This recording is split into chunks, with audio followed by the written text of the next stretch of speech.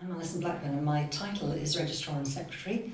The Registrar bit means the DSAS elements, the student experience, academic administration, admissions right through to graduation. The Secretary bit means the legal and governance and supporting the council in its formal decision making. I've been at Salford for 4 years, but I spent all of my career in universities. In fact, I think I'm quite unusual. Sometimes I do ask if there's anybody else in an audience, and I'm speaking to other administrators who actually chose university admin as a career, and I've never had anyone stick their hand up. But for me, when I was in my final year at university, my first degree was in English. I didn't know what I wanted to do, but I knew I liked the university educational environment and I didn't want to teach. And the careers advisor said, actually, there is a career of being a university administrator. So I thought, well, that'll do then.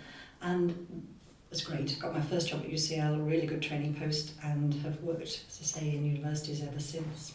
My working life started in the 80s, and things were a bit different then. I have to say, working in universities means that it's quite an enlightened sector, so you don't really encounter some of the sexism or inequality that you might elsewhere. But if I think back to the start of my career, it wasn't necessarily always quite like that. Culturally, things have changed quite a bit.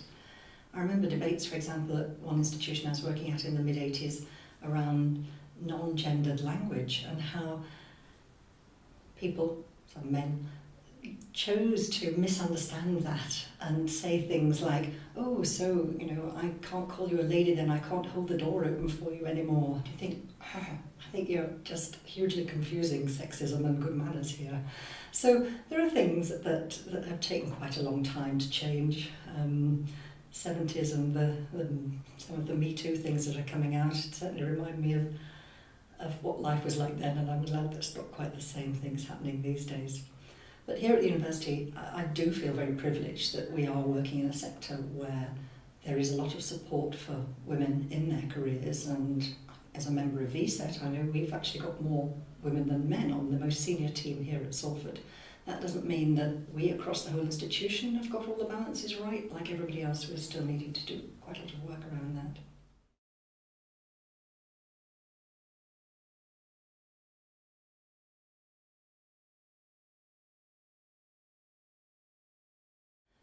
I have 2 daughters. They're now 22 and 27. I've worked throughout bringing them up, which at times was tough, and that's certainly one of the things that is hard to keep a career going when you have a family, if you feel that you have more of the domestic responsibilities in your own setup. There were certainly times, one of them did like to say to me, I don't know why you had children, you're never here. But I do know now that they're actually very proud that they have a mother who has her own career. And last year on International Women's Day, I was really proud that my younger daughter tweeted a photo of me in my graduation regalia, which was a really nice compliment. So I've brought them up to be proud to say that they are feminists, which I think is another word that we need to reclaim, that's not a radical thing to say that you're feminist. It's something that we should all be able to say, men and women. And I think those role models are really important. Their world will be different from mine.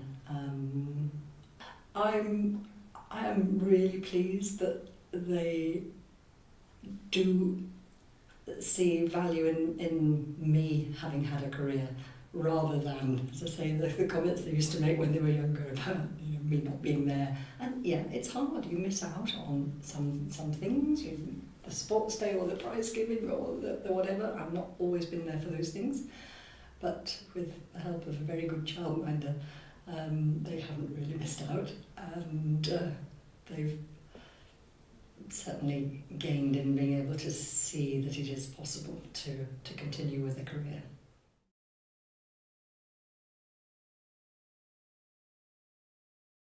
Some of it is to do with women supporting women, of course not just women supporting women, but having the role models, having the mentors, encouraging women. There's that old, but I I think, pretty true saying about, women looking at a job description, if they can do 60% of it, they're thinking, oh, but I can't do 40%, whereas a man would, according to the cliche, look and say, yeah, I can do 60% of that, that's great.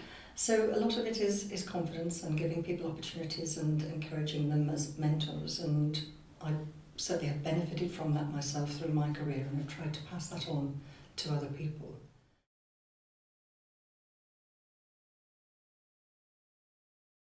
We're making progress, but we're making it slowly. Before Christmas, when we had the wonderful march through Salford for the unveiling of the Emmeline Pankhurst statue, was a great reminder of it being only 100 years ago when women got the vote, and that wasn't all women, of course. So in some ways, we've come a long way. In other ways, you think 100 years and we're still having some of these debates. We still have women who are underrepresented in some occupations and in higher levels of a lot of careers. So I think the most important thing for us to do, all of us, is to keep on challenging, keep on campaigning, and keep on making progress.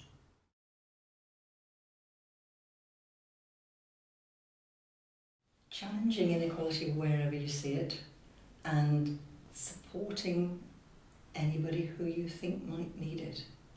So I think, we're not just talking gender inequality here, but challenging behaviours that you think are wrong and championing the causes that you believe are right.